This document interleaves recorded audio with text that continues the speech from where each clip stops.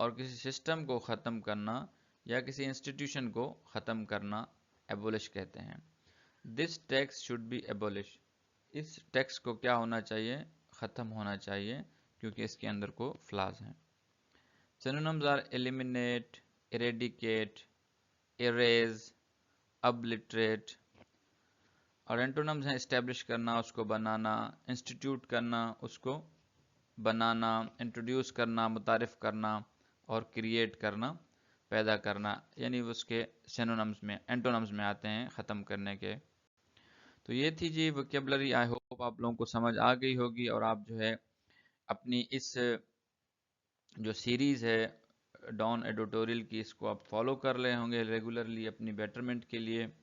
میری طرف سے کچھ کوتاہیاں ہو جاتی ہیں کہ میں کبھی کبھی اپلوڈ نہیں کر پاتا، کیونکہ میں ایک ریموٹ ایریا میں رہ رہا ہوں، تو یہاں پہ کافی ایشوز ہوتے ہیں، الیکٹریسٹی کے ادر پرابلمس. بٹ میں کوشش کروں گا کہ اپلوڈ کیا کروں، اور آپ لوگ جسٹ فوکس کریں پروگریس پہ کہ جی میں نے اس سے وکیب سیکھنی ہے، میں نے اس سے کمپریہنشن سیکھنی ہے، none other than that. تو آئیے اپنے لیکچر کو آگے بڑھاتے ہیں. ایز یوزول ہمارا جو پیٹرن ہے، آپ نے پہلے اس کو ریڈ کرنا ہے تاکہ آپ کی ریڈنگ اچھی ہو. You have 1 minute to read it, then I will make you understand.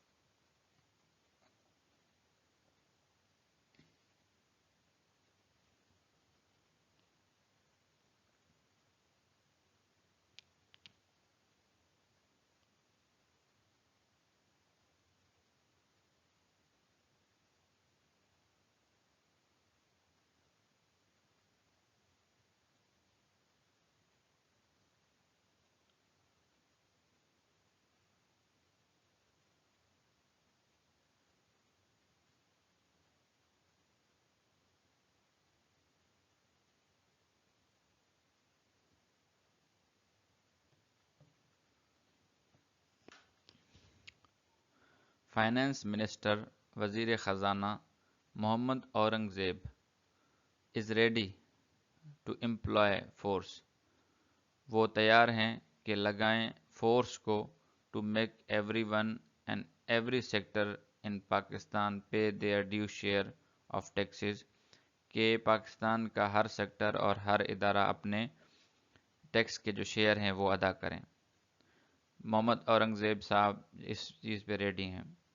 Every body, he said, اس نے کہا ہر کوئی، would have to contribute to the economy, اس کو پاکستان کی معیشت میں حصہ ڈالنا ہوگا. ہی اسرٹیڈ، اس نے زور دیا، we are going to be very firm, ہم بہت سخت ہوں گے. Very firm on compliance and enforcement. Compliance یعنی رولز اینڈ ریگولیشن کی پاسداری کرنا، اور انفورسمنٹ ان کو امپلیمنٹ کرنا، یعنی جو رولز اینڈ ریگولیشنز ہے اس کو انفورس کرنا، اور اس میں کمپلائنس کرنے میں ہم بہت زیادہ سختی کا مظاہرہ کریں گے. اور اس سختی کی وجہ کیا ہے؟ Because as a country our hands has been forced، ہمیں مجبور کیا گیا ہے. I am very clear about it، اور میں اس چیز کے بارے میں بہت واضح ہوں. And I want everybody to move forward with this clarity، اور میں یہ چاہتا ہوں کہ ہر کوئی اپنے ذہن کو اس حوالے سے واضح کر دے. He said his remarks came days after an IMF mission wrapped up. اس نے کہا کہ اس نے یہ جو باتیں کی ہیں یہ اس کے کچھ دنوں بعد ہے جب IMF کا مشن یہاں سے ریپ اپ کر کے کمپلیٹ کر کے چلا گیا ہے اپنا ان شیڈیولڈ ٹاکس، جو اس کی غیر جو غیر متعین ٹاکس تھی پاکستان کے ساتھ. فلیگنگ این انکریزنگ شارٹ فال، اور اس میں کیا ظاہر ہوا ہے کہ بہت کمی آئی ہے ٹیکس کلیکشن ٹارگیٹ میں for the ongoing fiscal year, جو یہ سال چل رہا ہے اس میں جو ٹارگیٹ تھا ٹیکس کلیکشن کا اس میں بہت کمی آئی ہے. And FBR Federal Board of Revenue face کر رہا ہے بڑا ہول، یعنی بہت بڑی اماؤنٹ آف 190 بلین، 190 ارب روپے کا ان tax target for the first 4 months، پہلے ہی 4 مہینوں میں 190 ارب کا خسارہ فیس کر رہا ہے. جس سے یہ خطرہ ہے کہ گورنمنٹ جو ہے وہ امپوز کرے گی ایڈیشنل ٹیکس کو تاکہ IMF کے جو گولز ہیں ان کو میٹ کر سکے۔ منسٹر کی جو اسٹیٹمنٹ ہے وہ اس بات کی طرف جو ہے انڈیکیٹ کرتی ہے کہ گورنمنٹ جو ہے اس نے اپنی تمام جو امیدیں ہیں وہ حاصل کرنے کی یہ بہت بڑا ٹارگیٹ جو کہ 13 کھرب روپے کا ہے ongoing taxes compliance and enforcement as envisioned in recently approved FBR transformation plan, کہ اب حکومت نے یہ ٹھان لیا ہے کہ وہ اپنا جو ٹارگیٹ ہے 13 کھرب روپے کا وہ اس کو امپلیمنٹ کرائے گی اسٹرانگ ٹیکس کمپلائنس کے ساتھ، یعنی ٹیکس کا سسٹم بہتر کر کے، جیسا کہ FBR ٹرانسفارمیشن پلان میں ظاہر ہو رہا ہے۔ Indeed the weak enforcement of tax laws, یہ بات ظاہر ہے کہ اگر ٹیکس لاز کمزور ہوں گے وہ بڑا ریزن بنتے ہیں پور ٹیکس کمپلائنس کے، اس سے جو ہے ٹیکس کمپلائنس بھی پھر نہیں ہوتی، یعنی جو ٹیکس جو لوگ دے رہے ہیں ان سے بھی وصول نہیں ہو سکتا۔ انڈر رپورٹنگ اینڈ ایویژن، اور اس سے کیا ہو سکتا ہے، ایک تو کمپلائنس نہیں ہوتی، کمپلائنس میں کیا ہوتا ہے کہ انڈر رپورٹنگ ہوتی ہے، یعنی جو جمع ہو رہتا ہے وہ بھی رپورٹ نہیں ہوتا، اور ایویژن ہوتی ہے یعنی اس میں چھوٹ دے دی جاتی ہے کافی لوگوں کو جن کو ٹیکس پے کرنا ہوتا ہے بٹ وہ ٹیکس پے نہیں کرتے، ان کو چھوٹ دی جاتی ہے۔ تو آئی ہوپ آپ کو اس کا جو بیسک تھیم ہے وہ سمجھ آ گیا ہوگا، but for those who are in beginner level, کہ یہ جو ہے آرٹیکل یہ کنٹینیوٹی سے ہے کہ فائنینس کو جو ہے IMF کا ایک ویژن آیا تھا، مشن آیا تھا، اور اس نے اپنی ٹاسک کمپلیٹ کی، اور اس میں اس چیز پہ ہائی لائٹ کیا گیا کہ پاکستان کا جو یہ آن گوئنگ ایئر ہے جو چل رہا ہے سال، اس کے پہلے 3 مہینوں میں 4 مہینوں میں پاکستان جو 190 ارب روپے کا جو ہے وہ لاس ہے اس کو ٹیکس کلیکشن میں، یا پیچھے ہے وہ، تو اس کو ختم کرنے کے لیے جو وزیر خزانہ ہے اس نے کہا ہے کہ ہم اس حوالے سے بہت کلیئر ہیں، اور ہر کسی کو بھی، یعنی it's a signal to those جو ٹیکس ایگزمپشن کرتے ہیں کہ اب اس کی طرف جو ہے اس حوالے سے کوئی ٹولرنس نہیں دکھائی جائے گی۔ بڑھتے ہیں نیکسٹ پیراگراف کی طرف، پہلے آپ اس کو ریڈ کر لیں۔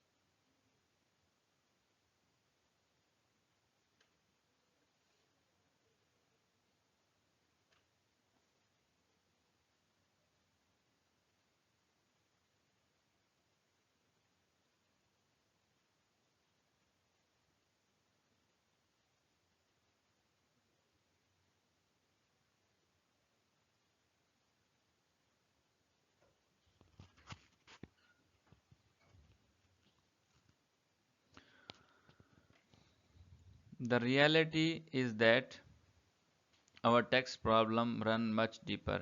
حقیقت یہ ہے کہ ہماری جو ٹیکس کی جو پرابلم ہے وہ بہت زیادہ گہری ہے۔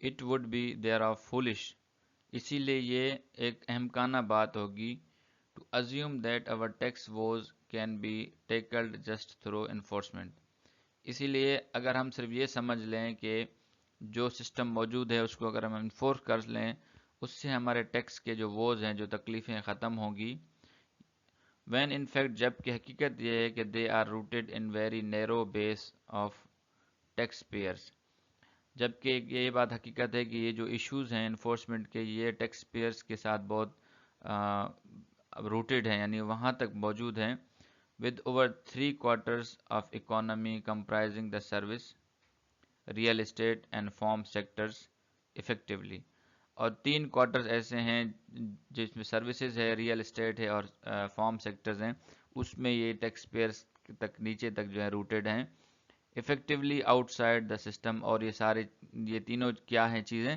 یہ سسٹم سے باہر ہیں۔ یعنی ٹیکس ہم تب کلیکٹ کر سکتے ہیں جب سروسز پہ ٹیکس لگائیں، جب ریئل اسٹیٹ پہ ٹیکس لگائیں، اور جب ہم لگائیں فارم سیکٹرز پہ، اور تینوں جو یہ ایریاز ہیں، سروسز ہے، ریئل اسٹیٹ ہے اور فارم سیکٹرز ہے، یعنی کھیتی باڑی یا کسان جو ہیں بڑے بڑے جو وڈیرے ہوتے ہیں، ان پہ تو ٹیکس ہے ہی نہیں، وہ ٹیکس سسٹم سے ہی باہر ہیں، تو ہم جتنا بھی انفورس کریں ٹیکس کو تو ٹیکس انہی پہ آئے گا جو گورنمنٹ کا طبقہ ہے، جو چھوٹا طبقہ جو ٹیکس دے رہا ہے. جو نہیں دے رہے ہیں what about them. On the top of that some influential lobbies have scored exemptions on their tax liabilities. اور کچھ بڑے انفلوئنشل یعنی طاقتور لابیز ہیں، وہ انہوں نے کیا کیا ہوا ہے، ٹیکس چھوٹ لی ہوئی ہے جو ان کی لائبلٹیز ہیں ورتھ اراؤنڈ 4 ٹریلین، جن کی جو مالیت ہے وہ 4 کھرب روپے ہے، جن کو ٹیکس کی چھوٹ دی گئی ہے. While ruthless enforcement is crucial، جبکہ ruthless enforcement یعنی ایسی انفورسمنٹ یا ایسا امپلیمنٹ کرنا جو ruthless یعنی کسی کا خیال نہ کرنا کہہ رہے وہ ضروری ہے. The authorities cannot hope to boost tax collection without taxing all incomes. تو اتھارٹیز جو ہے اس بات کی امید نہیں کر سکتے کہ وہ ٹیکس کلیکشن کو بوسٹ کرنا چاہتے ہیں، آگے بڑھانا چاہتے ہیں، اور جو ٹیکس جتنی بھی انکم ہے ان پہ ٹیکس نہ لگائیں، یعنی یہ جو اوپر 3 سیکٹرز بتائے ہیں irrespective of their source and abolishing exemptions، یعنی وہ جتنی exemptions جن کو دی ہوئی ہیں ان کو بھی ختم کرنا ہوگا. For that government would have to، اب اس کے لیے آخر میں سجیشن دے رہا ہے حکومت کو کہ وہ ریویمپ کرے، دوبارہ بنائے انٹائر ٹیکس ریجیم، یعنی اپنا ٹیکس کا جو نظام ہے اس کو دوبارہ بنائے، اینڈ ایڈمنسٹریشن کو بھی دوبارہ بنائے، to make the system fair, تاکہ سسٹم جو ہے وہ کیا ہو، انصاف پر مبنی ہو، وائل اسٹرینتھننگ انفورسمنٹ، اور ساتھ ساتھ کیا کریں انفورسمنٹ کو بھی مضبوط کرتا جائے. یعنی پہلے کہہ رہے ہیں کہ اچھا سسٹم بنائے، یہ جو سسٹم بنا ہوا یہ اچھا نہیں ہے، ایک اچھا سسٹم بنائے اور پھر اس کو انفورس کرے. تو اب تک کے لیے اتنا ہی. اپنا اور اپنے اس چینل کا خیال رکھیے. اللہ حافظ.